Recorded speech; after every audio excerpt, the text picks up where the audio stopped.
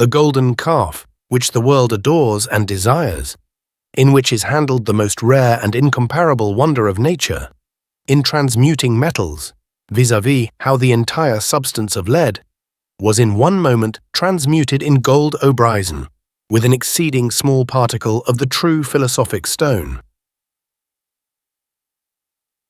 At The Hague, in the year 1666, written in Latin by Johann Friedrich Helvetius, doctor and practitioner of medicine at The Hague, and faithfully Englished, the Epistle Dedicatory, most noble, most excellent, most expert, and most accurate inspectors of the Vulcanian anatomy, and my most real friends.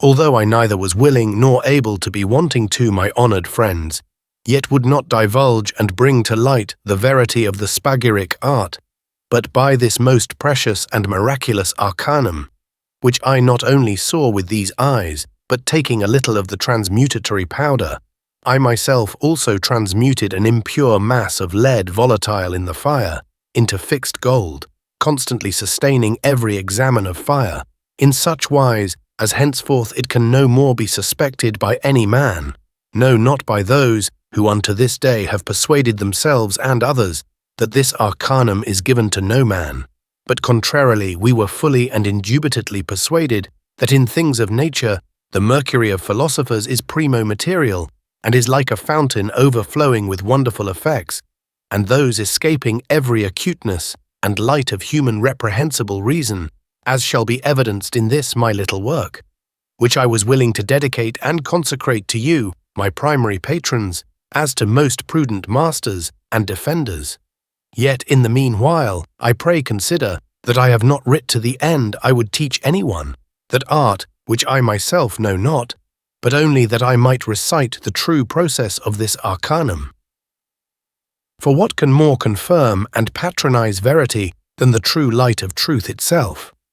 It is the property of brute animals to pass their life in silence, and especially not to heed those things in them which do most of all look to, and are required for the propagation of the glory of the most wise and most powerful God our Creator. Wherefore, since it is a thing unworthy, and to the divine majesty ungrateful, for man who should be a consort of the divine nature to wax brutish with brutes, I present to you, my most faithful friends, and patrons of this science, this most rare history, having as time and my ability would permit, recollected all things, and have faithfully commemorated them. Therefore, omitting all paints and flourishes of rhetorical expressions, I will forthwith betake myself to the discovery of all, whatsoever I both saw and heard from Elias the artist touching this. For truly I was not so intimately familiar with him, as that he should instruct me in the way of preparing the universal medicine, after the method of physico-artificial chemistry, yet he supplied me with such reasons in the method of healing, as I shall never be able to commend his worth with condign praises. Therefore, most curious favourers and true lovers of the chemical art, accept of this little work as a mean gift, or if you had rather, peruse if only for recreation of the mind, for in it I shall relate all things whatsoever that were discoursed of between him and me at several times, humbly requesting that with the same benevolence you have received other of my small treatises, you would also accept of this novel, which I freely dedicate and officiously give to you, for emotion and increase of admiration. Farewell, avete, favete, your most humble Johann Friedrich Helvetius. Chapter 1. Most excellent and prudent sirs, before I enter upon the description of the philosophic pygmy, in this little theatre of secrets, overcoming and subduing giants, I pray permit me here to use the words of Van Helmont, taken out of his book De Arbor Vitae, Fol. 630, and here transcribed. I compelled to believe that there is an orific and argentic stone, but, friend of the spagyric art, I am not ignorant that many have been found among the most wise, yea, among the exquisite chemists, who have not only consumed their own goods, but the goods of others also, in this great vulanic secret, as experience even at this very day sufficiently proves. For we have seen, the more is the pity, how unwary chemists, yea, such as are more worthy than those who are called alchemists, how, I say, they, labouring simply, are daily deluded with guile of this kind, by diabolic, orific, and argentic suck-goods. Also I know that many stupid men will rise up and contradict the truth of my true experience, touching the philosophic stone. One will have it to be a work of the devil, another affirms there is no such thing, a third faith it is the soul of gold only, and that with an ounce of that gold, an ounce of lead and no more may be again tinged. But this is repugnant to the attestation of Kiplerus, as I shall briefly commemorate. A fourth believes the verity and possibility thereof, but faith it is so chargeable as it will never quit cost, with many other like allegations.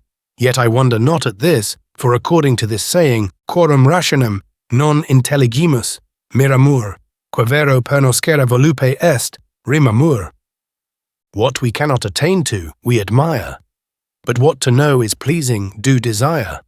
How can a man, fallen from the fountain of light into the abyss of darkness, effect anything to purpose in natural things, especially when his wisdom in this natural philosophic study is barren and sophisticate? It is, for the most part, proper to these fools and unapt men, presently to contemn a thing not knowing that more are yet to be sought by them than they have the possession of. Therefore rightly saith Seneca, in Liberal de Moribus, Thou art not yet happy, if the rout deride thee not. But I matter not, whether they believe or contradict what I write, touching the transmutation of metals. I rest satisfied in this one thing, which with my eyes I have seen, and what with my hands I have done. For what philosophers say of themselves, I also have with my hands handled this spark of the eternal wisdom, or this saturnine Catholic magnesia of philosophers, a fire of potency sufficient to penetrate stones, yea, a treasure of so great value as 20 ton of gold cannot exceed the price thereof. What seek you? I believe what I have seen with the eyes of Thomas, and handled as he, but in the nature of things only, as well as the adept philosophers. Although in this our decrepit age of the world, that be accounted a most secret hyperphysico-magical Saturn, and not known, unless to some Kabbalistic Christian only.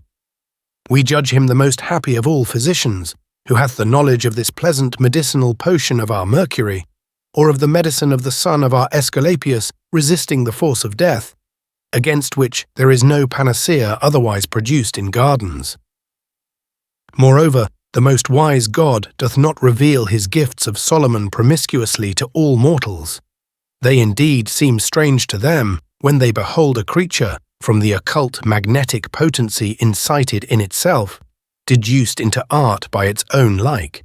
As for example, in iron is a magnetic, ingenited, potential virtue from the magnet, a magnetic virtue in gold from Mercury, a magnetic virtue in silver from Venus, or copper, and so consequently in all metals, minerals and stones, herbs and plants.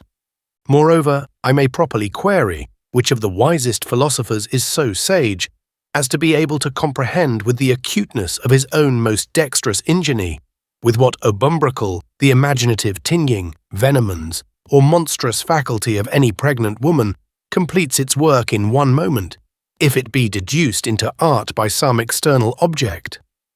I do assuredly believe that very many will foolishly say that this is a morto-magical work of the devil, but the doltish and ignorant are afraid to be outshined by the true resplendent light of verity, with which their owl-like sight is troubled and afflicted. Also the stars are a cause of what we treat of, and this cause is not to be contemned, although I, nor you, know not how to comprehend the celestial influences of them in our mind. Nor are the plants which the earth supplies us with to be rejected, although I, or you from the external signature of them, know not how to judge aright of the effect of virtues ignited in them, which they notoriously exercise, according to their power, in healing and conserving humane bodies. Therefore, since all others are also offended at the internal light, being ignorant of all abstruse things, of which you or I want the science, how can the same virtues be deduced into art according to the end for which they were created? 1,000 other like things might be instanced. Although you know not the splendor in angels, the candor in the heavens, the perspicuity in the air, limpitude in waters, the variety of colors in flowers, hardness of metals and stones, proportion in animals, the image of God in regenerate men, faith in believers, and reason in the soul, yet in them there is such a beauty as hath been throughly beheld and fully known by very few mortals. Although in the stone of philosophers there be so potent a virtue, and the same hath been seen by me, yet I would not therefore have any man to think that my primary scope and intention is to persuade the worthy or unworthy sons of this age to labour in this work. No, not at all. But I shall rather dehort all and every of the curious indigators of this art, that they seriously abstain from this most perilous arcanum, as from a certain sanctum sanctorum. Yea, and I would admonish the studious of this arcanum accurately to take heed to himself, and beware of the lectures and association of false philosophers. But I hope I shall satisfy the curious naturalists or investigators of physical arcanums by communicating and publishing in this present discourse all which passed between Elias the artist and me touching the nature of the stone of philosophers. For that is an eans more effulgent than the morning, or a carbuncle, more splendid than the sun or gold, more fair than the moon or silver. So very requirable and amiable was the sight of this light, and most pleasing object to me as out of my inward mind, it cannot be obliterated or extinguished by any oblivion, although the same be credited by none of the fatuate, learned, or illiterate ignorant asses, and such as glory only in the praise of ambitious eloquence. For in this malignant, ulcerated age of the world, nothing is so safe and secure from calumnies, but it is taken in a wrong sense, and perverted unworthily by the idiotic ignorance of mad-brained cacozelots. So very far do all these dark-sighted men deviate from the true rule of verity, as in success of time they entangled with their own errors will miserably waste away and expire. But our assertion, built on the eternal foundation of triumphing verity, shall continue and remain unto the consummation of all ages, without diminution, although this art be not yet known to all mortals. For the adept philosophers, according to the antient faith of their experience, have affirmed that this natural mystery, which many anxious men have sinisterously sought and required, is only to be found with Jehovah saturninely placed in the centre of the world. In the meanwhile, we proclaim those happy who take care, by the help of art, how they may wash this philosophic queen, or how they ought to circulate the virgin Catholic earth in physico-magical crystalline artifice, as Coenradus did. They only, and none others besides them, shall see the crowned and internally fiery king of philosophers coming forth from his glassy sepulchre in an external fiery body glorified, more than perfect with all the colours in the world, as a shining carbuncle, or perspicuous, compact, and ponderous crystal, a salamander spewing out waters, and by the benefit thereof in the fire washing leprous metals, as I myself have seen. What? How shall they see the abyss of the spagyric art, when as this royal art hath so long lain hid and been absconded in the mineral kingdom, as in the safest of all secret places for so very many years? Assuredly the genuine sons of this laudable art shall not only behold a like flood of Numitius, in which Aeneas heretofore, by the command of Venus, washed and absolved from his immortality, was immediately transformed into an immortal god, but also the Lydian river of Pactolus, all transmuted into gold, and how Midas Mygdonius washed himself in the same.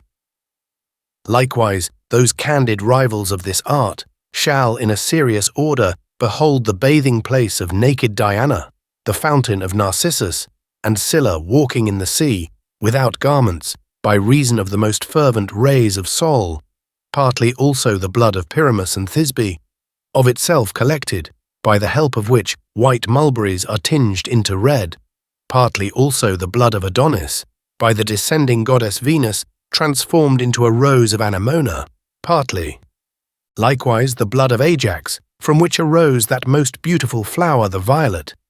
Partly also the blood of the giants slain by Jupiter's thunderbolt.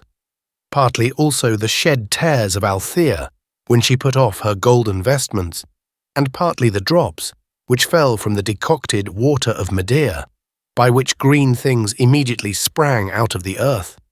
Partly also the cocted potion of Medea, made of various herbs, gathered always 3 days before full moon, for the cure of Jason's aged father. Partly also those leaves, by the taste of which the nature of Glaucus was changed into Neptune. Partly also the expressed juice of Jason, by the benefit of which he in the land of Cholcons received the golden fleece. Afterward, by reason of that, completely armed, he fought in the field of Mars, not without the hazard of life. Partly also the garden of the Hesperides, where golden apples may be gathered from the trees. Partly also Hippomenes, running for the mastery with Atalanta, and staying her course, and so overcoming her with 3 golden apples, the gifts of Venus. Partly also the aurora of Cephalus, partly also Romulus transformed by Jupiter into a god. Partly also the soul of Julius Caesar, by the goddess Venus, transfigured into a comet, and placed among the stars.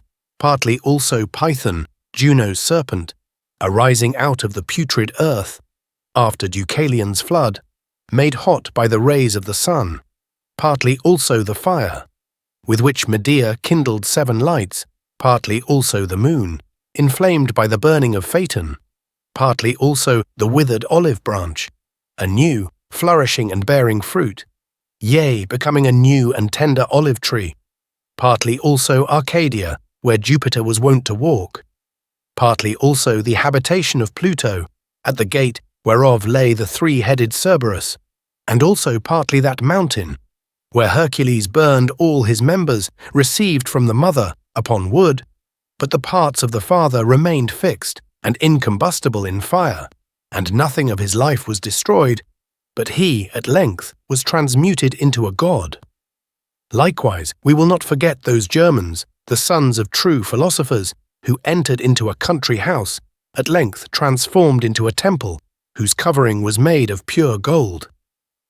Certainly, I cannot choose, but must yet once more with acclamation say with the adept, O happy and thrice happy is that artificer, who by the most merciful benediction of the highest, Jehovah pursues the art of confecting, and preparing that, as it were divine, salt, by the efficacious operation of which a metallic or mineral body is corrupted, destroyed, and dies, yet the soul thereof is in the mean while revived to a glorious resurrection of a philosophic body. Yea, I say, most happy is the son of that man, who by his prayers obtains this art of arts unto the glory of God. For it is most certain that this mystery can be known no other way, unless it be drawn and imbibed from God, the fountain of fountains. Therefore, let every serious lover of this inestimable art judge, that the whole work of him required is that he constantly, with the prayer of true faith, in all his labor, implore and solicit the divine grace of the Holy Spirit. For the solemn manner of God alone is, candidly and liberally, either mediately or immediately, to communicate his gifts and benefits to none, unless to candid and liberal ingenies only. In this holy way of practical piety, all inquisitors of profound arts find what they seek, when they, in their work, exercise themselves theosophically by solitary colloquies with Jehovah, with a pure heart and mouth, religiously. For the heavenly Sophia indeed willingly embraces our friendship, presenting and offering to us her inexhaustible rivulets, most full of gracious goodness and benevolence. But happy is he to whom the royal way, in which he is to walk, shall be shown by some one expert in this arcanum. I seem to presage to myself that I have not equally satisfied all readers in this preface, but it is as if I did presume to teach them an art unknown to myself. Yet I hope better of the greatest part of them. For my intention was only to relate to you a certain history. Therefore, drink, my friends, of the following dialogue or springing colloquy, presented by me, wishing you well, that thence you may satisfy and allay all the thirst of your thirsting minds. For I doubt not in the least, but that this study of divine wisdom will be more sweet to you than nectar and ambrosia. No other will I communicate, no other have I common, than that of Jules. K.S. Scaliger. The end of wise men is the communication of wisdom. According to that of Gregory Nissen, he who is good in nature, the same very willingly communicates his goods to others. For it is the part of good men to be profitable to others. Chapter 2. Divers illustrious men have written touching the verity of this arcanum. Among these, take the sayings of some of them, as follows. Paracelsus. In his book of the signature of natural things, the tincture of naturalists is a true sign, that by the transmutative virtue thereof, all imperfect metals are changed, vis-a-vis the white into silver, and the red into the best gold, if an exceeding small part of this medicine well prepared be injected upon the metal, while in flux in a crucible, the same. For the invincible astrum of metals overcomes all things, and changeth into a nature like itself. This gold and silver is more noble and better than those which are dug out of metallic mines, for medicinal arcanums to be prepared therefrom, the same. Therefore I say every alchemist, which hath the astrum of gold, is able to tinge all red metals into gold, the same. Our tincture of gold hath astrums in itself, is a substance most fixed, and in multiplication immutable. It is a powder, having a colour most red, almost like saffron, yet its whole corporal substance is liquid as rosin, perspicuous as crystal, brittle as glass, of the colour of a ruby, and exceeding podagerous. Also read Paracelsus his Heaven of Philosophers. Likewise Paracelsus his 7th book, of the transmutation of natural things. Transmutation is a great natural mystery, metallic, and not contrary to the course of nature, nor repugnant to the order of God, as many men of it do falsely judge. For imperfect metals are changed neither into gold nor into silver without this stone of philosophers. Paracelsus, in his Manual of the Medicinal Stone of Philosophers, our stone is a celestial and more than perfect medicine, because it cleanseth all the impurities of metals. Henry Coenradus. In his Amphitheatre of Eternal Sapience. I travelled long, invited others, who knew somewhat by experience, and could with very firm judgment conjecture, and this not always in vain. Among which I call God to witness, by his wonderful ordination, I from one received the green Catholic lion, and the blood of the lion, vis-a-vis gold, not the vulgar, but of philosophers. With my eyes I saw the same, with my hands I handled it, and with my nostrils smelt the odour thereof. Oh, how wonderful is God in his works! They, I say, gave those gifts prepared, which I in most desperate cases used with admirable success to the benefit of my needy neighbour. And, by instinct of Jehovah's mercy, they sincerely revealed to me the ways of preparing the same. This wonderful method the wonderful God gave me. In this way in which I walked, God alone, I say immediately and mediately, yet subdelegately, nature, fire, and art of my master, as well living as mute, corporally and spiritually good, sleeping and waking, gave the same to me, the same. I write not fables. With your hands you shall handle, and with your eyes you shall see Azoth, vis-a-vis the Catholic, or universal mercury of philosophers, which alone, with the internal and external fire, yet with sympathetic harmony, with Olympic fire, by reason of inevitable necessity, physico-magically united, will suffice thee for obtaining our stone, the same. You shall see the stone of philosophers, our king, and lord of those that bear rule, coming from his bridal throne of the glassy sepulchre into this mundane scene, in his glorified body, viz. Regenerate, and more than perfect, namely a shining carbuncle, a most temperate splendour, and of which tire most subtile and depurated parts are by the concordant peace of miction, inseparably united into one and perfectly equalized, clear as crystal, compact and most ponderous, as fluid in fire as rosin, and before the flight of mercury as wax flowing, yet without fume, entering and penetrating, solid and close bodies, as oil, paper, resolvable in every liquor, melting and commissible therewith, brittle as glass, in powder of the colour of saffron, but in the entire mass, like a blushing ruby, which redness is a sign of perfect fixation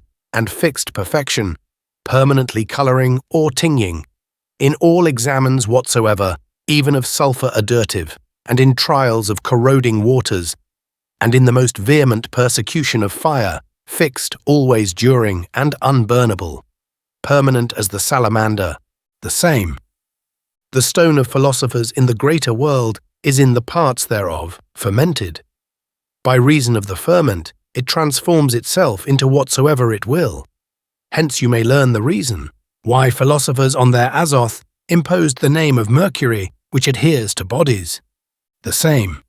It is fermented with metals, viz. The white existent in the highest whiteness, with pure silver for the white, but the sanguineous stone, with gold obrison for the red. And this is the work of 3 days, Helmont, of eternal life. For I have oftentimes seen it, and with my hands handled the same, see in the same place further. Then I projected this quarter of 1 grain, wrapped up in paper, upon 8 ounces of argent vive, hot in a crucible, and immediately the whole hydrogyrey, with some little noise, ceased to flow, and remained congealed like yellow wax. After fusion thereof, by blowing the bellows, there were found 8 ounces of gold, wanting 11 grain. Therefore 1 grain of this powder transmutes 19186 equal parts of argent verve into the best gold. Within the earth the aforesaid powder is found, or what is in a sort like thereunto, which transmutes almost an infinite mass of impure metal into perfect gold. By uniting the same to itself, it defends from rust, and erugo, from cankering and death, and maketh the same, as it were, immortal, against all torture of fire and art, and transfers it into the virgin purity of gold. It requires only heat. The same Helmont, of the tree of life. I am compelled to believe the aurific and argentific stone, because at several distinct times with my own hand made projection of 1 grain of this powder, upon some thousands of grains of argent vive, hot in a crucible, and in the presence of our principal friends, the business, with a pleasing admiration, succeeded well in the fire, as our books promise thee, the same. He who first gave me the powder had at least so much thereof, as would be sufficient for transmuting 200,000 pound weight of metal into gold. The same. For he gave to me not so much as half a grain of that powder, and with that were transmuted 9 ounces and 3/4 of an ounce of argetit vive. That was given me one evening by a strange friend, the same. So also it is written that 60 years since Alexander Scotus made projection of that kinder in the trust, famous city of Colonia and Hanovia. I cannot in this place overpass some examples worthy of note touching the possibility of transmutation. Read the following true extract out of an epistle written by Dr. Cufflerus. Cufflerus, artist I found in my own laboratory. An aqua fortis. Secondly, I again found another in the laboratory, Caroli de Roy. This aqua fortis I poured upon the calx of Sol, prepared of gold, in the vulgar manner, and after the 3rd cohobation, it sublimed the tincture of gold with itself in the neck of the retort. This tincture I mixed with silver, precipitated in the vulgar manner, and I saw that 1 ounce of the sublimed tincture of gold, with ordinary flux in a crucible, had transmuted 1 ounce, and half of the 2 ounces of precipitate silver into the best gold, but a 3rd part of the silver yet remaining was a white and fixed gold. The other 2 parts thereof were perfect silver, fixed in every exam of fire. This is my experience. After this time, we could never find the like aqua fortis. I, Helvetius, saw this gold white, and without tincture. The same. There is yet one other example very rare, of what was done at the Hague by a silversmith, whose name was Grill, how he in the year 1664, by spirit of salt, not prepared in the vulgar manner, transmuted lead so, as from 1 pound he received 3 parts of the best silver and 2 ounces of most fixed gold. At the Hague, a certain silversmith, and a much exercised disciple of alchemy, but according to the nature of alchemy, a very poor man, did sometime since require spirit of salt, not vulgarly prepared, of a loving friend of mine, a cloth dyer by name John Casparus Notnerus, my friend giving the same to him, demanded whether he would use that spirit of salt he now had for metals or not. Grill made answer, for metals, and accordingly he afterward poured this spirit of salt upon lead, which he had put into a glass dish, usual for conditures and confections. The space of 2 weeks being elapsed, supernatant on the spirit of salt, appeared a most splendid silver star, so exceeding curious as if it had been made with an instrument by a most ingenious artist. At the sight of which the said Grill, filled with exceeding joy, signified to us that he had seen the signate star of philosophers, touching which he had read in Basilius, as he thought. I, and many other honest men, did behold this star supernatant on the spirit of salt, the lead in the mean, while remaining in the bottom of an ash colour, and swollen like a sponge. But in the space of 7 or 9 days, that humidity of the spirit of salt, being obsumed by the exceeding heat of the air, in July, did vanish. But the star settled down, and still stood above that earthly spongeous lead. That was a thing worthy of admiration, and beheld by not a few spectators. At length, Grill himself, having taken part of cinereous, or ash-like lead, with the star adhering, cupellated in a test, and found from 1 ounce of this lead 12 ounces of cupellate silver, and from these 12 ounces he also had 2 ounces of the best gold. And I, Helvetius, am able to show some of this spongeous lead with part of the star yet adhering, and besides the pieces of the star the silver and gold made thereof. Which when this subtile, and likewise foolish Grill understood, he would not be known to Notarus, whether he had used the spirit of salt or not, but thenceforth attempted to learn of him the art how to make it. Yet some time being elapsed, the worthy Notnerus had forgot what spirit of salt, for he was expert in various kinds thereof, he had given him, not being able to call the same to mind so suddenly. In the meanwhile, he and his family were visited with the pestilence and died. The other, falling into the water, was drowned. After the death of these two, none could find out the way of either of their operations. Certainly here is cause of admiration that the internal nature of lead, by the simple maturation of spirit of salt, should appear in an external form so noble. No less admirable and wonderful to the mind is this, vis-a-vis, that the mirific stone of philosophers can so exceeding swiftly transmute metals, having virtue potentially incited in itself, so as it is deduced into art, as in iron by contact of the magnet, but touching these enough for the sons of art. Chapter 3. Since promises are so much the better esteemed, by how much the sooner they are fulfilled, I, without any dilation, immediately come to my promised declaration of the following history, which thus take. At the Hague, on the 6th calend of January or the 27th of December, in the year 1666, a certain man came to my house in the afternoon, to me indeed plainly unknown, but endued with an honest gravity and a serious authority of countenance, clothed in a plebic habit, like to some Memnonite of a middle stature, his visage somewhat long, with some pockholes here and there dispersed. His hairs were indeed very black, yet not curled, little or no hair on his chin, and about 43 years of age. His country, as far as I am able to conjecture, is the septentrional Batavia, vulgarly called Nord-Holland. After salutations ended, his new guest, with great reverence, asked whether he might have freedom to come to me, because for the pyrotechnic artsuck he could not, nor was he willing to pass by the door of my house, adding that he had not only thought to have made use of some friend to come to me, but had also read some of my little treatises, especially that which I published against D. Digby's sympathetic powder, in which I discovered my doubt of the true philosophic mystery.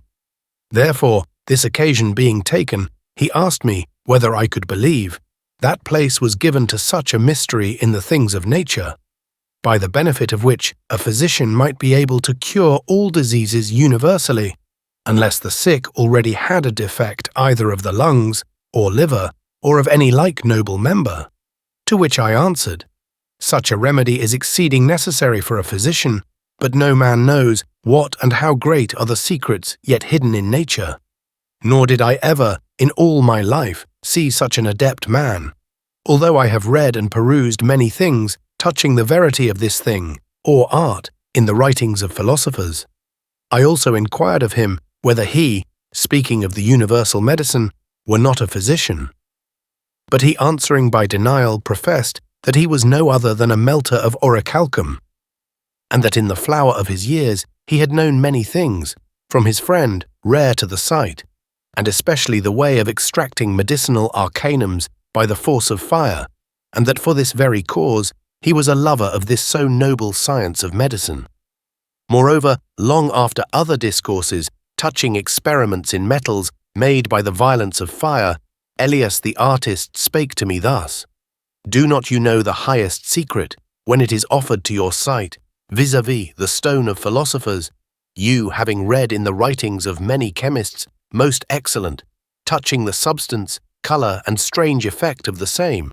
I answered, not at all, except what I have read in Paracelsus, Helmont, Basilius, Sandivogius, and like books of adept philosophers extant. Nevertheless, I think I am not able to know the philosophic matter, whether it be true or not, although I should see it present before me. Whilst I was speaking thus, he pulled out of his pocket an ivory box, in which he had 3 ponderous fragments, in magnitude scarcely equalizing a small walnut. These were glass-like, of the colour of pale sulphur, to which the interior scales of that crucible did adhere, in which this most noble substance was liquefied, for I suppose the value of it might equalize 20 ton of gold. But, after I had plighted my faith, I held that, Greek, chimhelion, or precious treasure of this stone, within these my hands for almost a quarter of an hour, and from the philosophic mouth of the owner I heard many things worthy of note, touching the wonderful effect of the same for humane and metallic bodies. Indeed, I, with a sad and afflictedly afflicted mind, restored this treasure of treasures to him, the Lord and possessor, who gave the same into my hand for a very short space of time, and yet I did that, after the manner of men overcoming themselves, not without the greatest action of thanks, as was fit in such a case. Afterward I asked him how it came to pass, since I had otherwise read that the stones of philosophers were endowed with a rubinate, or purple colour, that this his philosophic stone was tinged with a sulphureous colour. He answered me thus: O sir, this is nothing to the purpose, for the matter is sufficiently mature. Moreover, when I entreated him that he would give to me, for a perpetual remembrance, one small part of the medicine included in his box, although no more in bulk than a coriander seed, he denied, answering, O no, for this is not lawful for me to do, although you would give me this whole room full of gold in ducats, and that not by reason of the price of the matter, but by reason of another certain consequence. Yea, surely, if it were possible that fire could be burned with fire, I would sooner cast this whole substance into the devouring flames of Vulcan before your eyes. A little after this, he also asked me whether I had not another room, the windows of which were not to the street side. I presently brought this phoenix, or bird most rare to be seen in this land, into my best furnished chamber, yet he, at his entrance, as the manner of Hollanders is in their countries, did not shake off his shoes, which were dropping wet with snow. I indeed at that very time thus thought, perhaps he will provide, or hath in readiness some treasure for me, but he dashed my hope all to pieces. For he immediately asked of me a piece of the best gold money, and in the meanwhile laid off his cloak and country coat. Also he opened his bosom, and under his shirt he wore in green silk 5 great golden pendants, round, filling up the magnitude of the interior space of an orb of tin. Where, in comparing these, in respect of colour and flexibility, the difference between his gold and mine was exceeding great. On these pendants he had inscribed with an iron instrument the following words, which at my request he gave leave I should copy out. The form of the pendants and words engraven thereon are as follows. 1. Amen. Holy, holy, holy is the Lord our God, for all things are full of his power. Leo, Libra, sacred Holy Spirit. Hallelujah, hallelujah, away, devil. Speak not of God without light. Amen. 2. The wonderful wonder-working wisdom of Jehovah in the Catholic Book of Nature, made the 26th, day August 1666. The eternal, invisible, only wise, best of all and omnipotent God of gods. Holy, holy, holy, governor and conserver deservedly ought to be praised. The wonderful God, nature and the spargaric art make nothing in vain. Moreover, when I, affected with admiration, said to him, My master, I pray tell me, where had you this greatest science of the whole world? He answered, I received such magnalia from the communication of a certain extraneous friend, who for certain days lodged in my house, professing that he was a lover of art and came to teach me various arts, vis-a-vis how, besides the aforesaid of stones and crystal, most beautiful precious stones are made much more fair than rubies, chrysolites, sapphires, and others of that kind.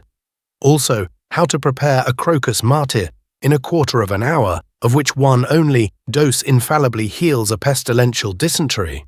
Likewise a metallic liquor, by the help of which every species of the dropsy may be cured certainly in 4 days' space. Also a certain limpid water, more sweet than honey, by the help of which I can extract the tincture of granites, corals, and of all glasses blown by artificers in the space of 2 hours in hot sand only. Many other things like to these he told me, which I neither well observed nor committed to memory, because my intention was, carried further, vis-a-vis, to learn the art of pressing that so noble juice out of metals for metals. But the shadow in waters deceived the dog of his piece of flesh, which was substantial. Moreover, this artist told me that his master, who taught him this art, bade him bring glass full of rainwater, with which he mixed a very small quantity of a most white powder, commanding me, here the disciple of that master proceeds in his discourse, to go to the silversmith for 1 ounce of cupellate silver, laminate, or beat very thin, which silver was dissolved in a quarter of an hour, as ice in hot water. Then he presently gave to me 1/2 of this potion, by himself so speedily made, to drink, which in my mouth tasted as sweet milk, and I thence became very cheerful. He having related these things, I ceased not to inquire of him, to what end he had instanced this, whether the potion was philosophic.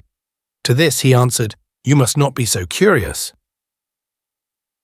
Afterward he told me how he, by the command of that laudable artist his master, took a piece of the leaden gutter of his house, and when the lead was melted in a new crucible, the said artist drew out of his pocket a gasket full of sulphureous powder, of which he took a very small part upon the point of a knife once and again, and injected the same upon the lead in flux presently, giving order that the fire should be blown with 2 pair of bellows strongly, for exciting the heat more vehemently. A little after he poured out of the crucible most pure gold upon the red stones which were in the kitchen. I, said this most pleasing discourser to me, did commodiously behold this verity of the transmutation of metals, but was so astonished with fear and admiration that I was scarcely able to speak 1 word. But my master, heartening me, said, Cheer up and be contented. Take for yourself a 16th part of this mass, which keep for a memorandum, but the other 15 parts distribute to the poor. And I did as he said. For, if my memory deceive me not, he bestowed this exceeding great alms on the Sparandaman church, but whether he gave it at distinct times or not, or whether he told it down in the substance of gold, or of silver, I asked him not. And at length, saith he, speaking of his master, he directly taught me this great divine art. Therefore, the narration of all these things being ended, I most humbly entreated him that he would show me the effect of transmutation upon impure metals, that I thence might have the better assurance of those things by him related to me, and my faith being confirmed, securely give credit to the real truth of the matter. But he very discreetly gave me the repulse, yet taking his leave of me, he promised to return again after 3 weeks, and then show to me certain curious arts by fire, as also the way of projecting, making this proviso, if it should then be lawful for him. The 3 weeks being elapsed, according to his word, he came to my house, and invited me to walk abroad with him for 1 hour, or 2, as we both did, having in that time certain discourses of the secrets of nature in the fire. But in the meanwhile, this well-spoken companion in the way was not lavish, but rather too sparing of his words, touching the great secret, affirming that this singular mystery tended not, but to the alone magnifying of the most illustrious fame of the most glorious God, and that very few men considered how they might condignly sacrifice themselves by their works to so great a God, uttering these expressions no otherwise than as if he had been a pastor of the church. But I, in the meantime, failed not to solicit him, to demonstrate to me the transmutation of metals. Moreover, I beseeched and entreated him to vouchsafe to eat with me and to lodge in my house, urging him with such earnestness as no rival or lover could ever use more persuasive words, for winning his beloved to a willingness of gratifying him above all others. But he, agitated by a spirit of so great constancy, made void of all I endeavoured. Nevertheless, I could not choose but speak to him thus: Sir, you see I have a very convenient laboratory, in which you may show me the metallic transmutation. For whosoever assents to him, that asketh, obligeth himself to him. It is true, answered he, but I made a promise to you of imparting some things with this exception, if at my return I be not interdicted, but have leave to do the same. All and every of these, my requests being in vain, I instantly and earnestly besought him, that, if he would not, or by reason of the heavenly interdiction could not demonstrate what I asked, he would only give me so much of his treasure as would be sufficient for transmuting 4 grains of lead into gold. At this my request, he, after a little while, pouring forth a flood of philosophic mercy, gave a small particle, as big as a rapeseed, saying, Take of the greatest treasure of the world, which very few great kings or princes could ever see. But I, saying, My master, this is so small particle perhaps will not be sufficient for tinging 4 grains of lead. He answered, Give it me. I accordingly gave it him, conceiving good hope of receiving somewhat a greater particle instead thereof. But he, breaking off the 1/2 almost of it with his thumbnail, threw it into the fire, and wrapping the other up in blue paper, he gave to me, saying, It is yet sufficient for thee. To which I with a sad countenance and perplexed mind answered, Ah, sir, what mean you by this? Before I doubted, and now I cannot believe, that so small a quantity of this medicine will suffice for transmuting 4 grains of lead. Oh, said he, if you cannot rightly handle your lead in the crucible, by reason of the so very small quantity thereof, then take 2 drams, or 1/2 ounce, or a little more of the lead, for more must not be tinged. Then well may. To him I again said, I cannot easily believe this, vis-a-vis, that so little of the tincture will transmute so great a quantity of lead into gold. But he answered, What I say is true. In meanwhile I, giving him great thanks, enclosed my diminished, and in the superlative degree concentrated treasure, in my own casket, saying, Tomorrow I will make this trial, and give no notice to any man thereof, as long as I live. Not so, answered he, but all things which tend to the glory of God omnipotent ought by us singularly to be declared to the sons of art, that we may live theosophically, and not at all die sophistically.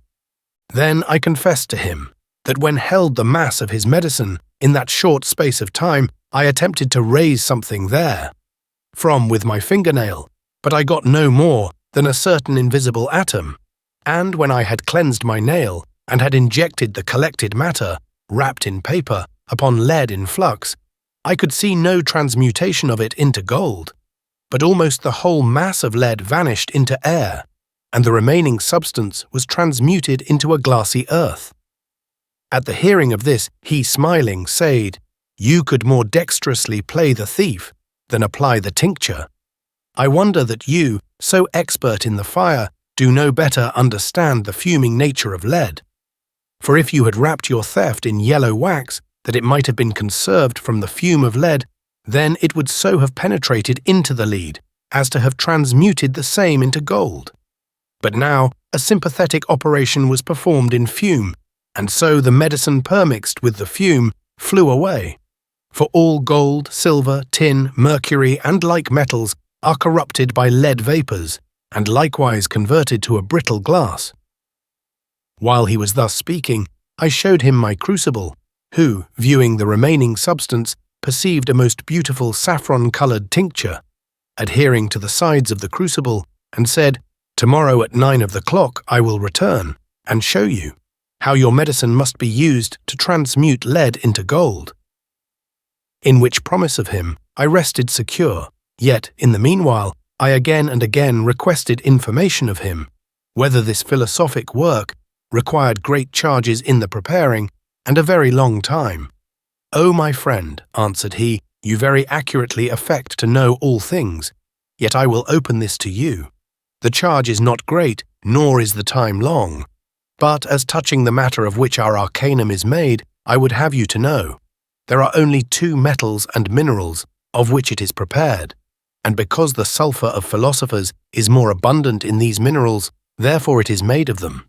Then I again asked him what the menstruum was, and whether the operations were made in glasses or in crucibles. He answered, "The menstruum is a celestial salt, or a salt of celestial virtue, by the benefit of which philosophers only dissolve the terrene metallic body, and in dissolving, the noble elixir of philosophers is produced. But the operation is performed in a crucible from the beginning to the end, in an open fire. And the whole work may be begun and plainly ended in no longer time than 4 days. Also in this whole work, no greater cost is required than the value of 3 florins. Lastly, he added, neither the mineral, from which nor the salt by which, is of any great price. I again said to him, "My master, this is strange, for it is repugnant to the sayings of various philosophers, who have writ that at least 7 or 9 maneths are employed in this work." He answered, "The true writings of philosophers are only understood by the truly adept. Therefore, touching the time, they would write nothing certain. Yea, I say, no lover of this art can find the art of preparing this mystery in his whole life without the communication of some true adept man. In this respect and for this cause, I advise you, my friend, because you have seen the true matter of the true work, not to forget yourself, and thirsting after the perfection of this art, to cast away your own goods, for you can never find it out." Then I said, "My master, although I am so unknown to you, as you are unknown to me, nevertheless, since he was unknown to you who showed you the way of finding out the operation of this arcanum, perhaps you may also, if you be willing, notify to me somewhat touching this secret, that the most difficult rudiments being overcome, I may, as the saying is, happily add somewhat to things already found out. For by the occasion of one thing found, another is not difficultly invented." But the artist answered, "In this work the matter is not so, for unless you know the thing, from the beginning of the work to the end, you know nothing thereof. Indeed, I have told you enough, yet you are ignorant how the stone of philosophers is made, and again, how the glassy seal of Hermes is broken, in which Saul gives forth splendor from his metallic rays, wonderfully colored, and in which speculum, the eyes of Narcissus behold metals transmutable, and from which rays the adept gather their fire, by the help of which volatile metals are fixed into most fixed gold, or silver. But enough for this time, because, God willing, on the morrow, we shall have occasion of meeting yet once more, that we may talk together touching this philosophic matter. And according as I said, at 9 o'clock, I will come to your house and show you the way of projecting. But with that happy valediction for one night, that Elias the artist hath left me most sad in expectation unto, this very day, yea, the mercury of philosophers did with him vanish into air, because from him I did no more again hear so much as one word. Yet he, because he promised that he would come again to me betimes the next morning, half an hour before 10, sent to me another unknown man, signifying that that friend, who yesternight promised to revisit me this morning, by reason of other urgent business, could not come, nevertheless, at 3 of the clock in the afternoon, he would again see me. But after I had, with a most vehement desire, expected him till almost 8 o'clock, I began to doubt in the truth of the matter.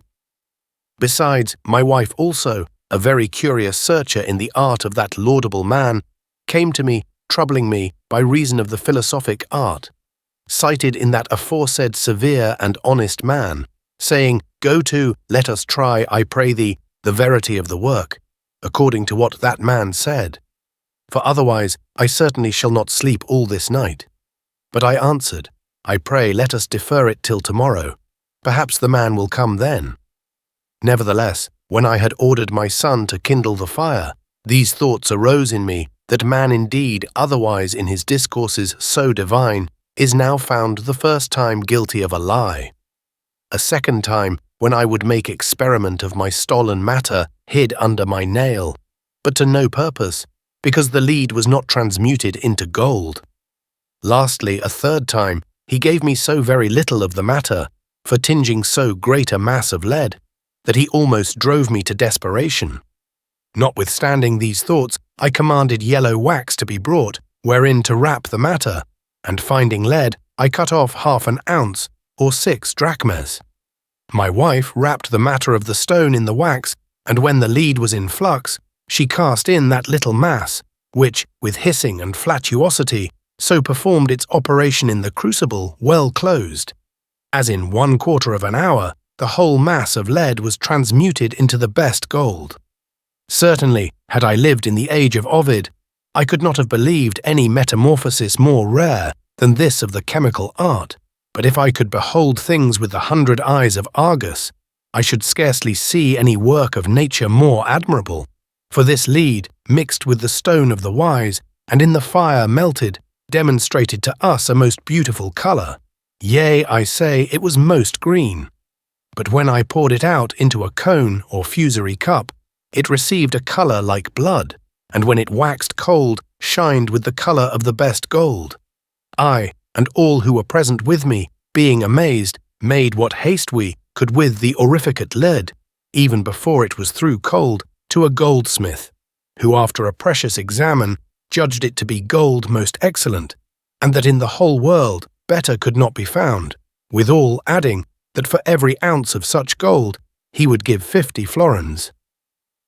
The next day, the rumour of this wonderful metallic transmutation was spread all over our Hague, whence many illustrious men and lovers of art made haste to me, among which, by name, the general examiner of the moneys of this province of Holland, Johann Friedrich, came to me with certain other most illustrious men, earnestly desiring that I would communicate to them some small particle of my artificial gold, to prove it by legitimate examines. These, for their curiosity's sake, I willingly gratified, and we went together to the house of a certain very curious silversmith, by name Brechtelius, in whose workhouse the excellency of my gold was evidenced by that form of probation which skilful artists call quarta vis-a-vis, when they in a crucible melt 3 or 4 parts or silver, with 1 part of gold, and then by hammering reduce that mixture into thin plates, on which they pour a sufficient quantity of aqua fortis, by which the silver is dissolved, but the gold settles to the bottom like a black powder. Afterward, the aqua fortis is poured off, and the golden powder is again put into a crucible and by strong fire reduced to gold. But when this work was ended, we supposed that 1/2 of the gold was vanished. Yet in very deed it was not so, for we found that the gold, besides its own weight, had transmuted some part of the silver into gold. Vis-à-vis 2 drams of the gold, transmuted 2 scruples of the silver, through the abundance of its tincture, into like gold homogeneal to itself. After this, we, suspecting that the silver was not well separated from the gold, did presently make a mixture, with 7 times as much antimony, and after this examine, we lost 8 grains of gold. But when I had again evaporated the antimony, I found 9 grains of gold, yet in colour somewhat pale. Thus, in the best trial of fire, we lost nothing of this gold, and this infallible kind of probation I thrice performed in presence of those most noble and illustrious men, and found that every dram of gold acquired from the silver for an augmentation to itself 1 scruple of gold, and the silver is pure good and very flexible.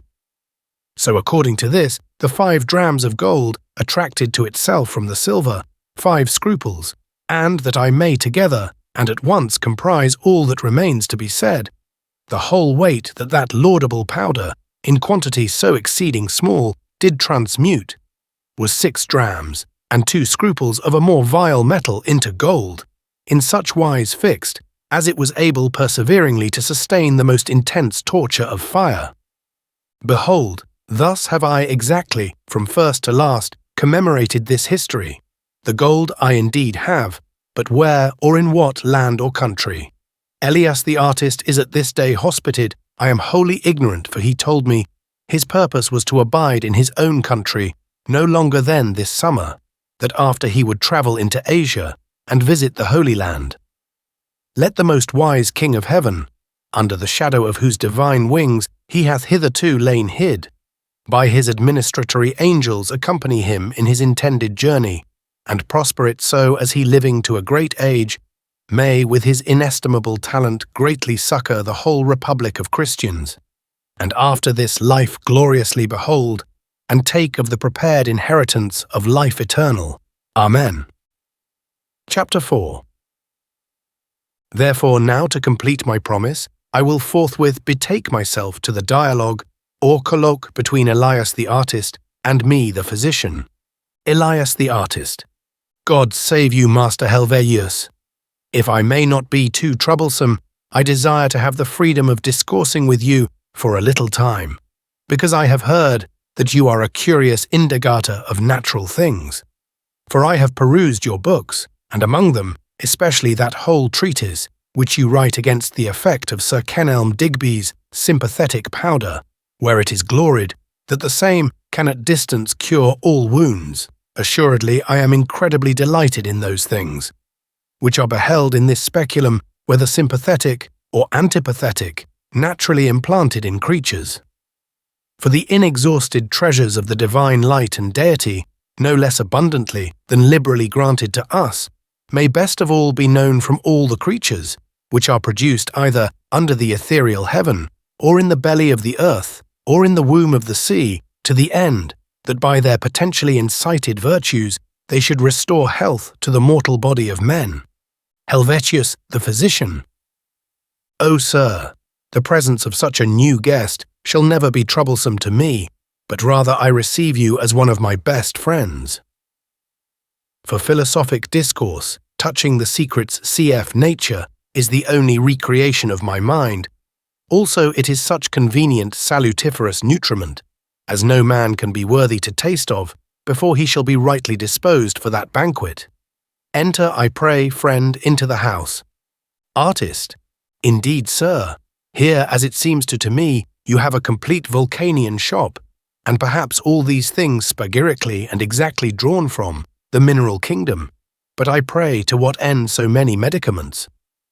I believe that God in the things of nature naturally gives such medicines, with a very few of which we may much sooner and more safely reintegrate the decayed and languishing health of man, unless the disease be mortal, from a deficiency of nature, or from the putrefaction of some noble internal part hurt, or by reason of a total absumption of the radical humidity, in which desperate cases no galenic cure or paracelsic tincture can yield relief. But in ordinary diseases it is not so, and yet here very many men, before the fatal term of life be expired, ab fit nemesis dicto, are enforced to pass out of this fair kingdom of pleasing light into the shadowed land of the dead, whilst either they neglect the health of their own body, or commit the same to the faith of physicians, unskilful of the remedy they have in their hand. Physician, as far as I can gather from your discourse, if my judgment deceive me not, you are either a physician or a man expert in chemistry. Certainly, according as you say, so I believe, that in the things of nature are given other more excellent medicaments, as also very many other philosophers affirm, that there is a certain, although to few known, universal medicament, by the benefit which we may prolong life unto the appointed end, cure all diseases otherwise uncurable, and many other such things. But where is any among all the wisest men of this world that can show us the way, how to find out so noble a fountain, whence such a wonderful medicamentous juice, nobilitating the physician, is drawn? Perhaps no one man. Artist. Indeed, I am not a physician, but only a melter of orichalcum, and almost from my childhood have exercised my ingeny in pyrotechny, and so have sought out the internal nature of metals. And although I now cease from my usual diligence in elaborating some accurate work, by the art of Vulcan, yet my mind still takes delight in labours of that kind, and in the lovers of this most curious spagoric art. And I do, verily, believe and judge that the most wise God will in this our age communicate gratis, or for nothing, the metallic mysteries of nature to his spagoric sons praying and physico-chemically labouring. Physician. My friend, I must needs grant this, that God for nothing communicates to his sons this laudable good, as well as all other gifts. Yet you shall very rarely hear that he for nothing gives or vends this medicamentous wine or nectar to his sons. For we certainly know how great a number of chemists lived in former ages who, according to the proverb, strove to draw water in a sieve, whilst they presumed to prepare this universal stone of philosophers. Besides, out of the books of them who triumph in the glory of adept, no one man can learn the way of preparing, nor know their first matter, so as anyone, searching to the lowest roots of mountains, can never ascend to those their heights, where ambrosia and nectar of macrosophists is drank. In the meantime, it is the part of a good physician, since he wants such an universal elixir, not without the daily study of conserving his conscience pure and sound, to adhibit to the diseases of the sick, commended to his cure such curations, or remedies, as for restoring sanity, as in which he, from the effect, certainly knows that a virtue of healing is incited. Wherefore in all desperate diseases I, with many other practitioners, do always use such most simple medicaments, that thence the diseased may soon be restored to their pristine state of health, or to a better than the pristine. For indeed various and diverse kinds of salts are generated in the glandulae and lymphatic vessels, after the putrefaction of this or that nutriment taken, which afterward wax florid in various humours, for diverse diseases, either internal or external. Experience teacheth that as many as are the constitutions or complexions of humane bodies, to so many diversities of diseases the same are obnoxious, although in one manner and the same disease, as our daily conversation evidenceth to us in those who drink wine, whence divers operations manifestly discover themselves. Because Peter drinks wine, he labours with an angry, I will not say furious mind. On the contrary, Paul drinking wine seems to imbibe his mind with an agnine timorousness. But Matthias sings, and Luke weeps. Also, touching the scorbutic, contagious venom, vis-a-vis of Peter, his radical juice in the lymphatic vessels and glandules is converted into an acidity, stopping the passages, and all organs of the whole body, whence, under the skin, arise spots on the arms and legs of a bluish colour. But in times of pestilence they swell like peppercorns. Also, the juice of Paul's parts is changed into an apparative bitterness, whence under the skin of the arms and legs arise red spots, pricking like the bitings of fleas, but in a pestilential time they are blains. Also, the juice of Matthias his parts is converted into a sweetness easily putrefying, whence under the skin of arms and leg arise watery tumours, almost such as are conspicuous in dropsical persons, but in time of the pest they are pestilential tumours. Also, the juice of the parts of Luke is changed into a saline and drying sharpness, whence under the skin of the arms and legs arise precipitations of the ordinary ferment of the flesh, and exfications, as usually happens in this atrophia, yea, most frequently in the true atrophia. But in the pest they become most ardent buboes, with madness, even until death. Behold, my friend, no physician by one only universal medicament can heal the evil of this scorbutic, or pestilential, or febrile venom, but indeed by the mediation of some particular vegetable or mineral remedy given to us from God in nature, he may exterminate the same. For as I cannot heal or help all scorbutic persons, with one only scorbutic herb, as scurvy grass or sorrel or fumitory or brooklime, so much less of a certain remedy made of these diverse species congested into one, because between the herbs scurvy grass and sorrel there is an antipathy as between fire and water, and so there is the same antipathy between the herbs fumitory and brooklime. Therefore, the correctory of Peter's, scorbutic, saline acid tinging venom is made with the volatile bitter salt of scurvy grass. But the correctory of Paul's, scorbutic, saline, bitter tinging venom, is made with the acid fixed salt of the herb sorrel. The correctory of Matthias, his scorbutic, sweetish, and moistening tinging venom is made by the help of the fixed bitter drying sulphur of the herb fumitory, and the correctory of Luke's scorbutic, tinging saline and drying venom is made with the help of the sweet moistening mercury of the herb brooklime, or red colewort. As from the external signature of these herbs, it is easy to judge of the internal specific remedy against their diverse scorbutic disease. Certainly, my friend, if this be observed by a prudent physician, he must needs doubt of the universal medicine. Artist. All you have discoursed of I can easily grant, yet very few physicians use this method of healing. Yet, in the meanwhile, it is not impossible that an universal medicine should be given in the highest mineral kingdom, by the benefit of which we may perform and administer all things, which are by you related to me, touching the lowest kingdom of vegetables.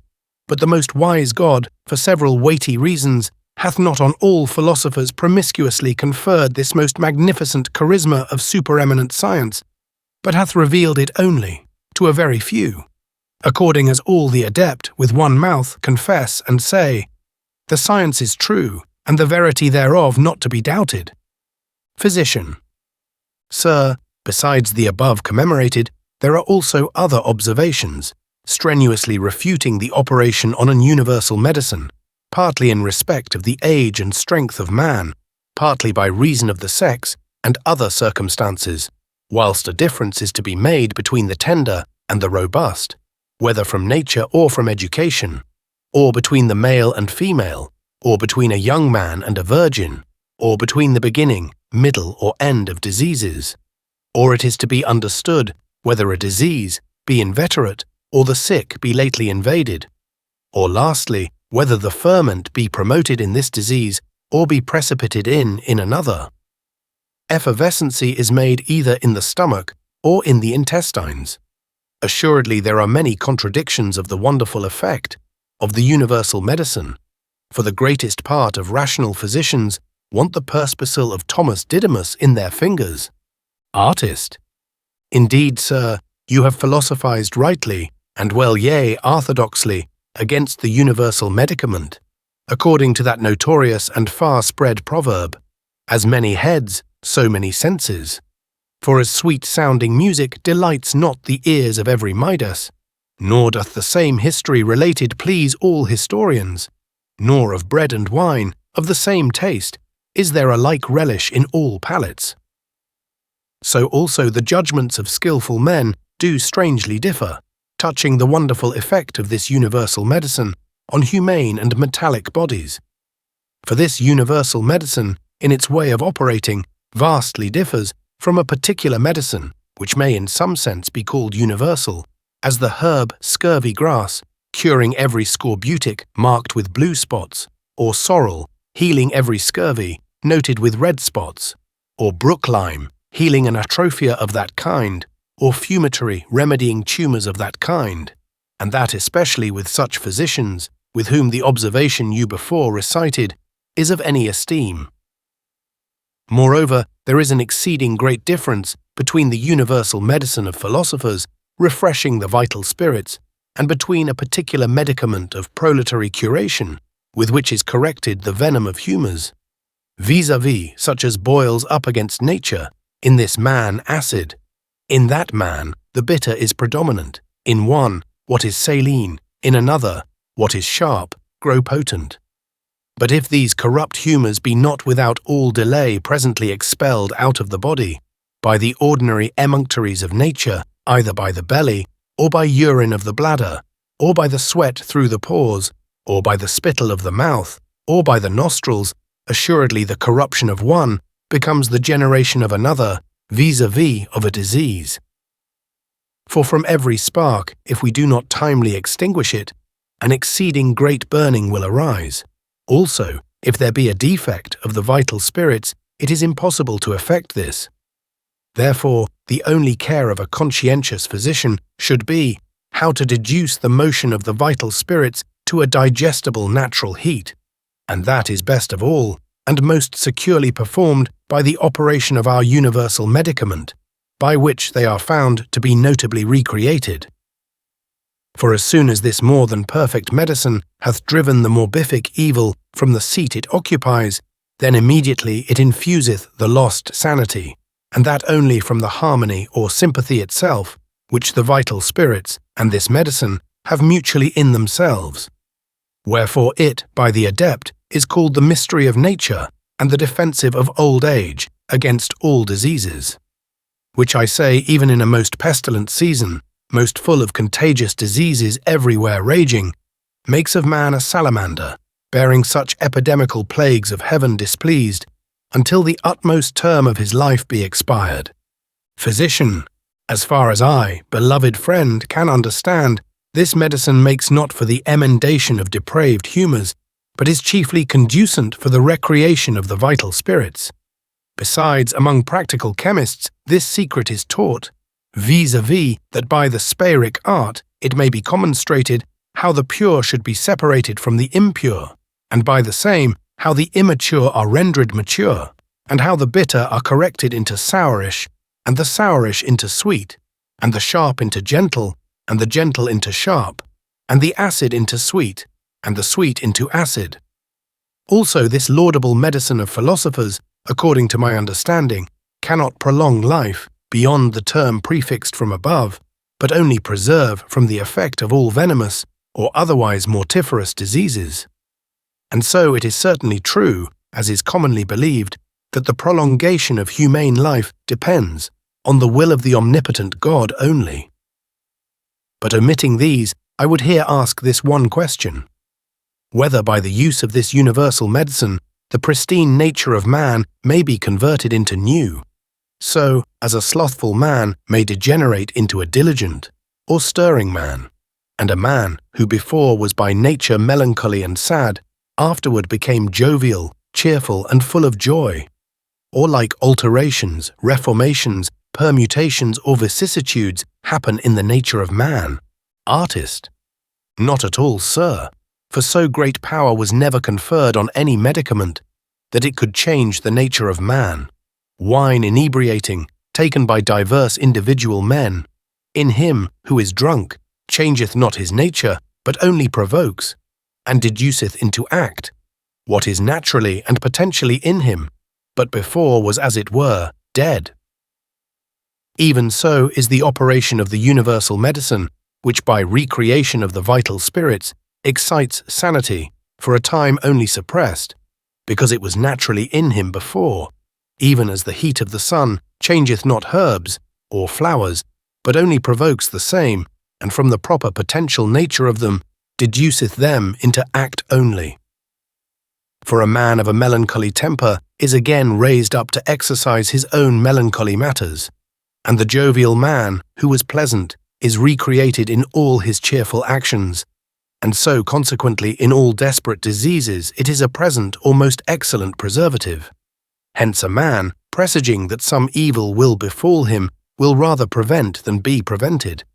But if any prolongation of life by some philosophic medicament could have been induced against the predestination of the omnipotent God, undoubtedly neither Hermes Trismegistus, nor Paracelsus, nor Raymond Lully, nor the Count Bernhard, and many more, like illustrious possessors of this great mystery, would not have yielded to the common death of all mortals, but perhaps have protracted their life until this very day.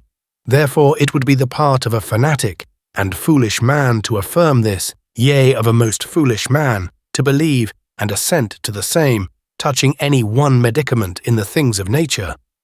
Physician. My friend, whatsoever you have spoken no less regularly than fundamentally, touching the operation of the universal medicine, I indeed cheerfully and willingly grant.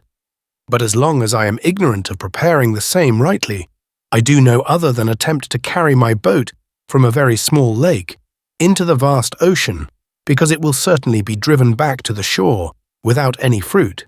For although many of those illustrious men have written somewhat touching that laudable preparation, yet they involved that in such a wrapper of shadowed caution, as the footsteps of them latently demonstrated, can be known by few or none of the most diligent readers who should follow them so far, as until they come where they would be. Also, who is so wealthy and well informed as to be able, and to know where to buy all those books, in which here and there an hypothesis of this kind is handled. Besides, you may consume the greatest part of your life, before you can gather thence any sufficient knowledge, or the direct manual operation. Therefore it is best for us to abide patiently in our laboratory, praying to the blessed God, according to that saying, Ora ac labora, and Deus dat omni hora. Labor and pray. God gives alway. Artist. You argue rightly enough, sir. For from the writings of philosophers, this art of arts is most rarely learned. But the sense them is very well, and clearly understood by the manuduction of some adept philosopher. But let us hence pass to the transmutative effect of this most noble tincture, touching which the possessors, or many of the adept, have written many books, and the most of their genuine disciples, labouring much in the fire, did at length completely attain to the wished end of their arcanum, physician. I perceive your mastership takes pleasure in passing from the use of the medicine to the infinite transmutation of metals, although I could easily believe the possibility of art, vis-à-vis that a chemical experiment of that kind was in the adept, as I have also made mention above, touching that experiment of Dr. Kiflerus, who, with the tincture of 1 ounce of gold, transmuted 1 ounce and half of silver into the best gold, not to mention the experiment of Helmont, nor of Scotus, which he made in the most famous cities of Colonia and Hanovia, nor much to insist on that illustrious and well-known example manifested at Prague, before Caesar Ferdinando III himself, where with 1 only grain of the tincture, 3 pounds mercury were transmuted into most noble gold, insomuch that I am brought no less into a necessity than into a will of believing that the art may be true.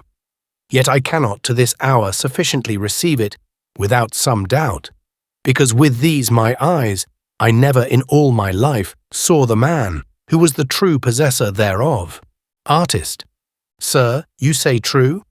Yet art will be art, whether you can believe it or no, even as is seen in the magnet, how it by its own incited sulphureous virtue of iron by contact presently makes a magnet, although you will not believe that such wonderful operations are latent in it, yet they are and will remain true.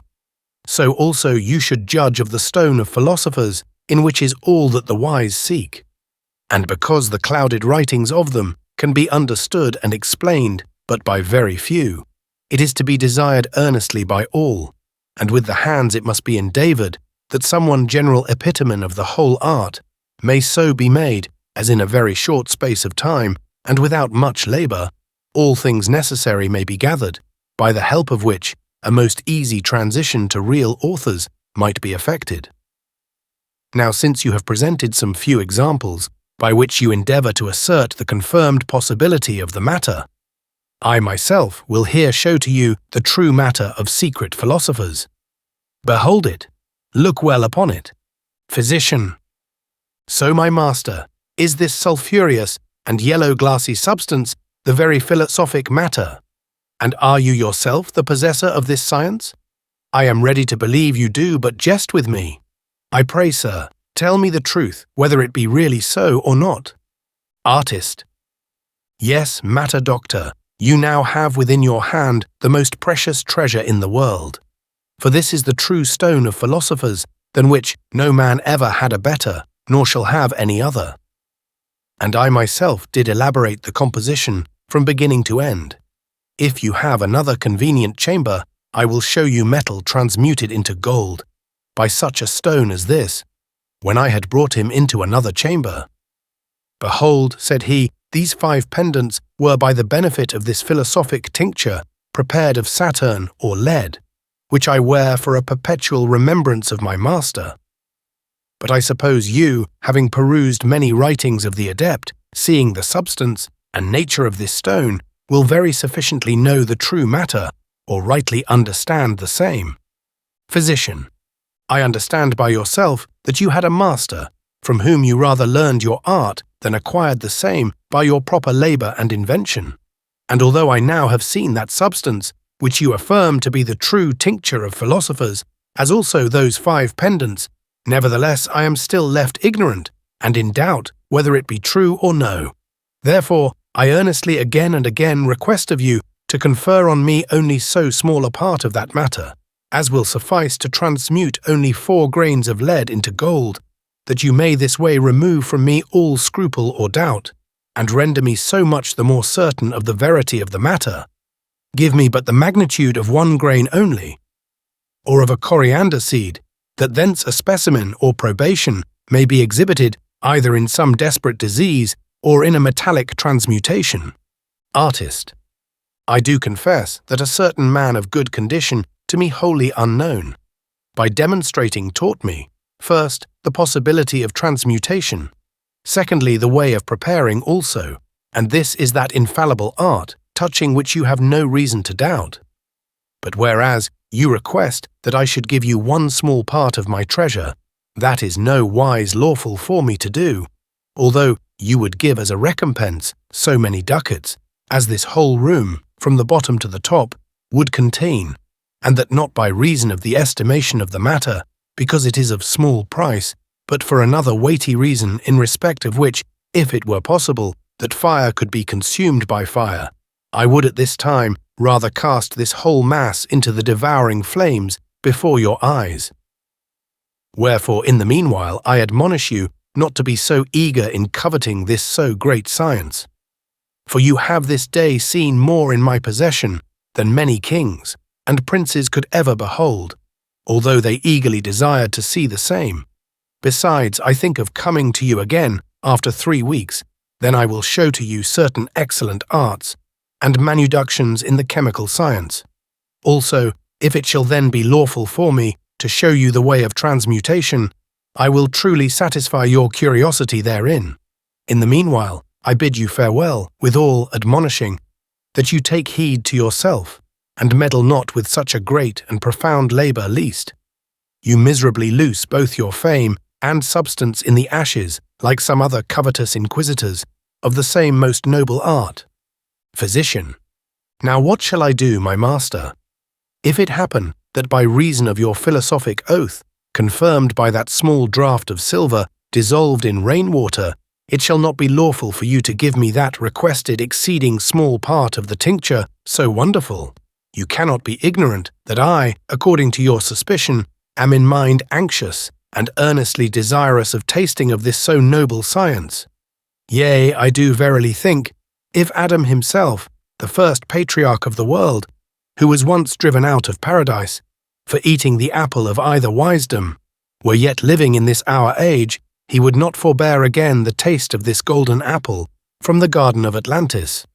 Your mastership said, Mani princes could not see this which I have seen.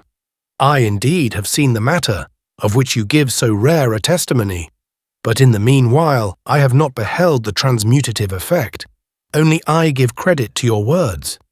And since you have told me that you will go hence, and after 3 weeks return to me again to teach me some excellent chemical arts, as also the way of projection, if it shall then be lawful for you, in the fruition of this good hope, I at this time rest satisfied.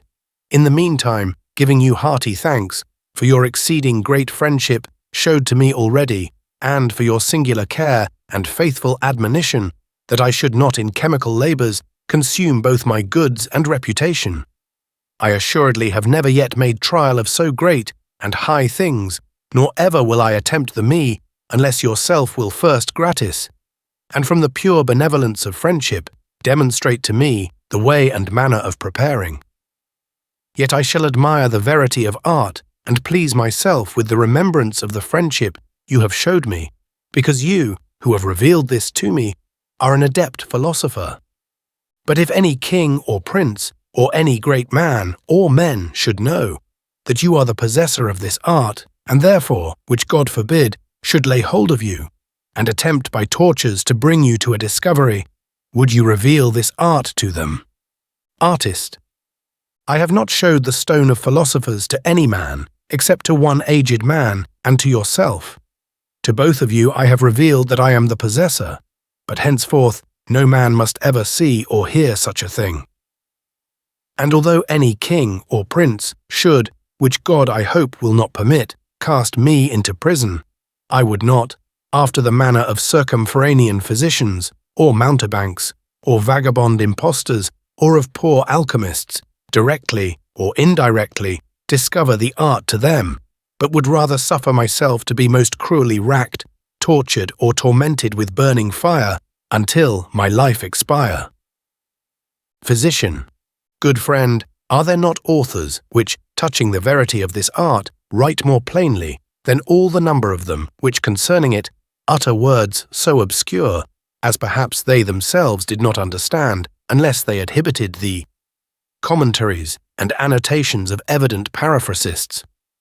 I suppose you have in the times past read them, and therefore are best able to inform me who are adept.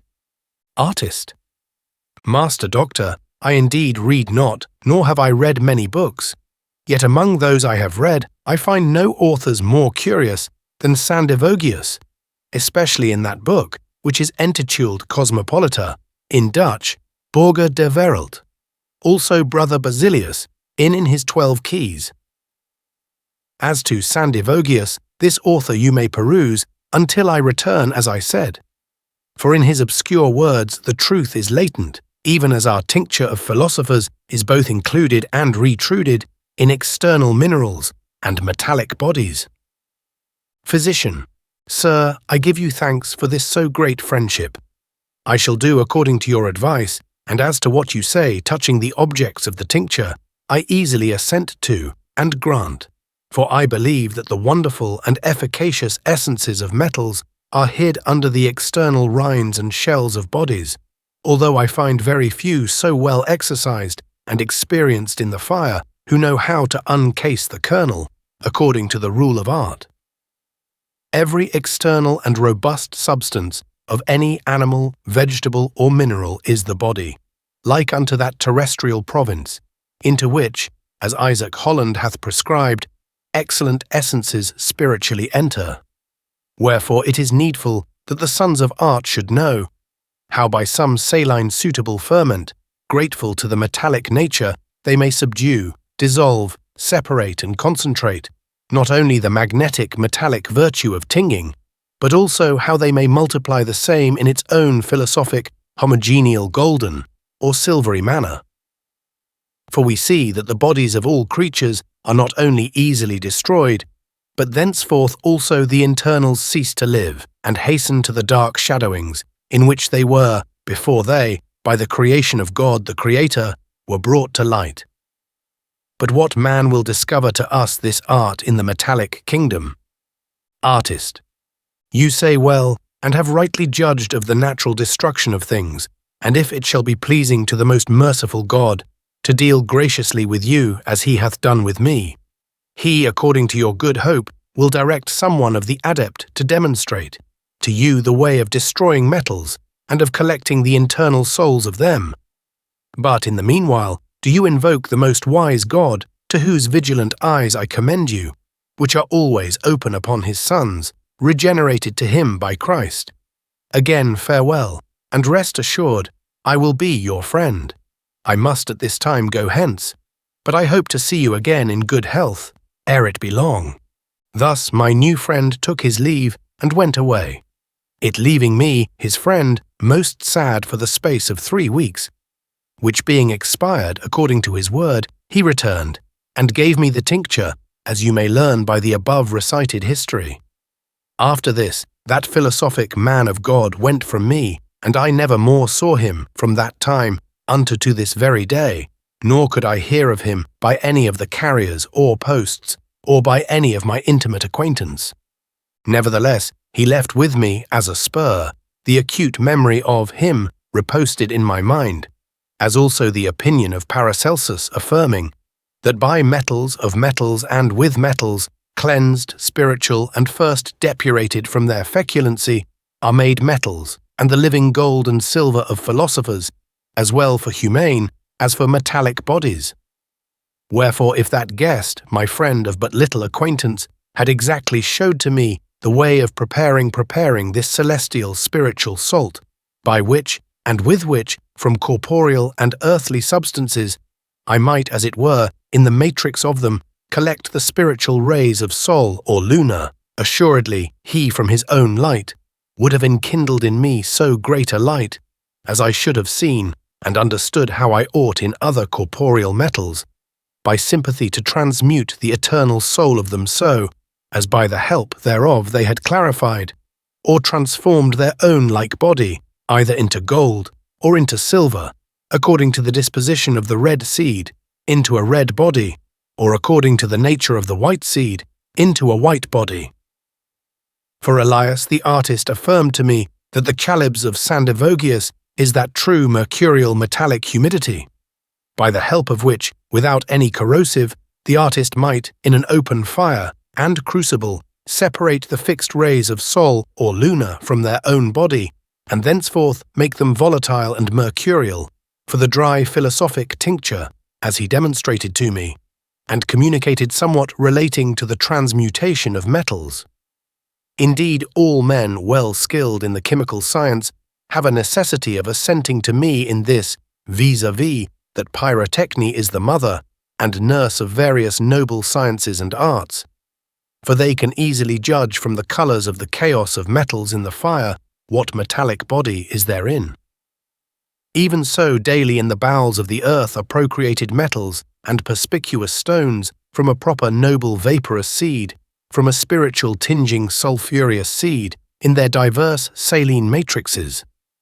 For the common sulphur, whether of an impure or pure metal whilst conjoined with its own body, mixed with saltpetre only in the burning heat of fire, is easily changed into a most hard and most fixed earth.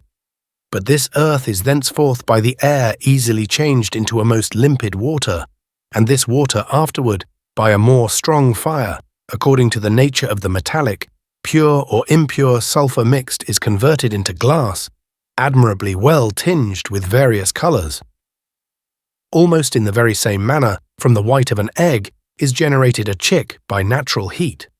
So also from the seminal bond of life of any one metal is made a new and more noble metal, by an heat of fire convenient to the saline nature, although very few chemists rightly and perfectly know how the internal and always moving magnetic virtues are distinguished according to the harmony or disconsonancy of them. Whence we see this metal hath a sympathy or antipathy with another, so very singular, as is found in the magnet with iron, in mercury with gold, in silver with copper, a very remarkable sympathy.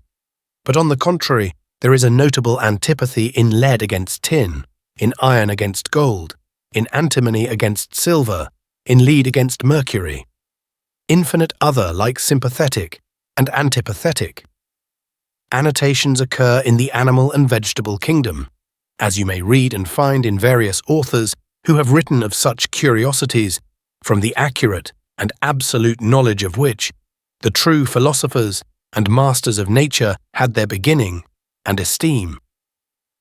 Thus have I described what I myself have seen and done, and have caused the same to be printed for you, candid readers, out of mere liberality, gratis communicating it, according to that of Seneca.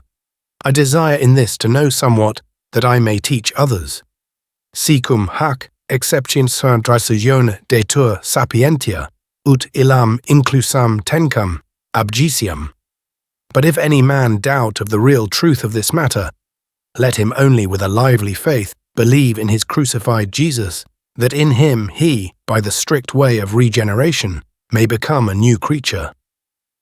In the same let him fix the whole anchor of his faith, and likewise show his Greek philanthropia, or love of mankind, unto all his neighbours, and especially exercise the works of mercy and brotherly love towards the needy members of the Christian religion, that at length, when the whole course of his life is justly and holily finished, in that fatal and mortal hour, he may hence, through the watery ocean of this tempestuous and rocky world, arrive in safety at the most blessed port of eternal rest, and sing the new song with the triumphing philosophers of the heavenly Jerusalem, of which he hopes to take, who is your most faithful and assured friend Johann Friedrich Helvetius, doctor and practitioner of medicine at The Hague.